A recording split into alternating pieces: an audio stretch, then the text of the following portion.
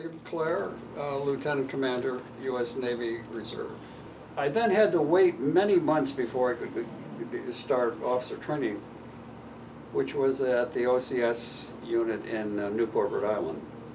So I started there, I think in August of '59, 16 weeks, and just before Christmas in '59 I got my commission as an ensign.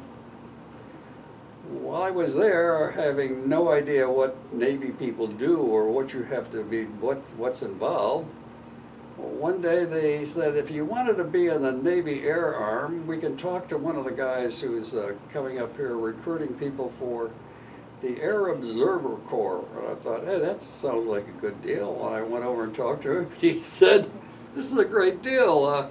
And on top of it, you get flight pay, which I thought that sounded a pretty good idea.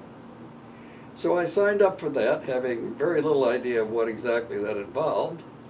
And after commissioning, we ended up at the Navy Air Ground Officer School in the Naval Air Station in Jacksonville.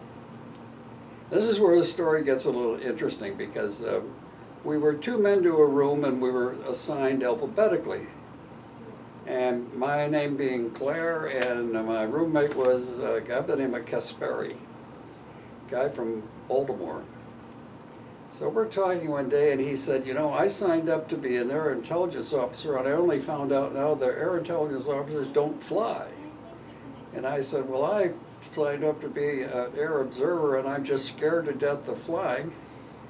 So why don't you and I just sort of switch places? And he said, is this possible? I said, well, we give it a try.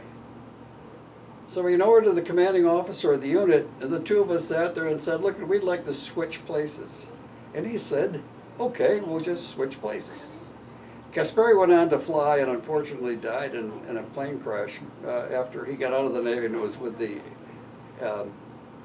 Naval Air Reserve unit out of Baltimore. So let's see, in the story there, we finished Air Ground Officer School, and then I went to Air Intelligence School, the Fleet Air Intelligence Training Center, which was also back in Norfolk, Virginia.